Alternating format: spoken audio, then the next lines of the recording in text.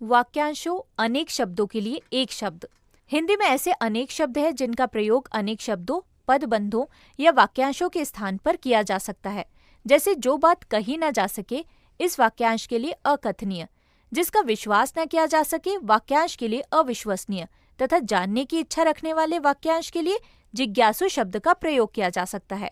ऐसे शब्द जिन्हें अनेक शब्दों, पदबंधों या वाक्यांशों के लिए प्रयुक्त किया जा सकता है, उन्हें अनेक शब्दों के लिए एक शब्द कहा जाता है। जैसे अकथनीय, अविश्वसनीय और जिज्ञासु आदि।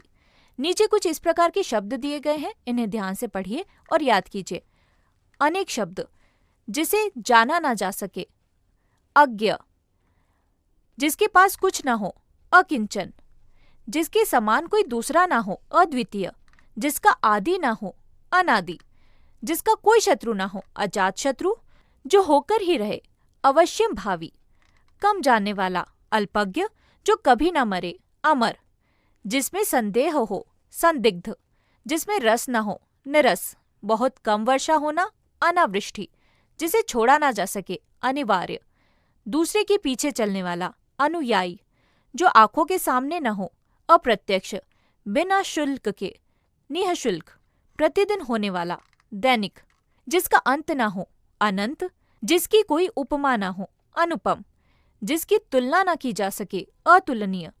जिसका मूल्य न आंका जा सके, अमूल्य; जिसका इलाज न हो सके, असाध्य; जो कम व्यय करता हो, अल्पव्ययी; जो दिखाई न दे, अदृश्य; जिसे जीता न जा सके, अजय;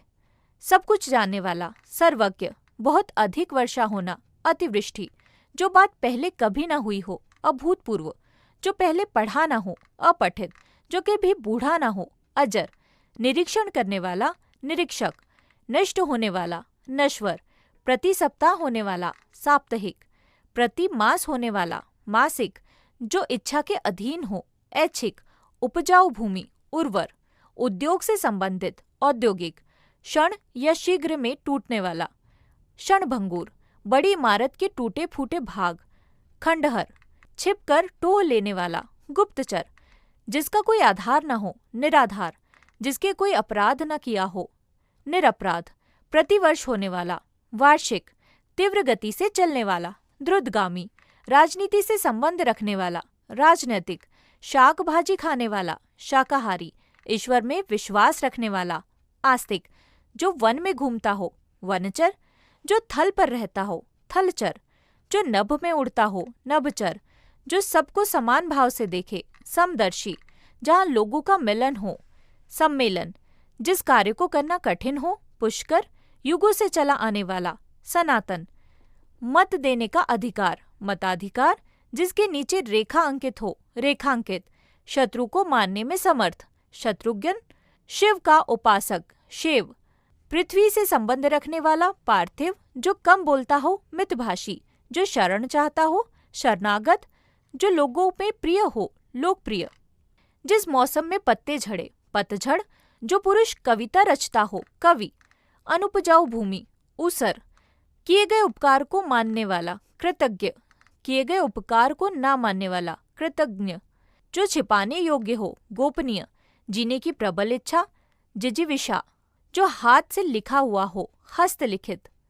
जो स्त्री कविता रचती हो, कवियत्री;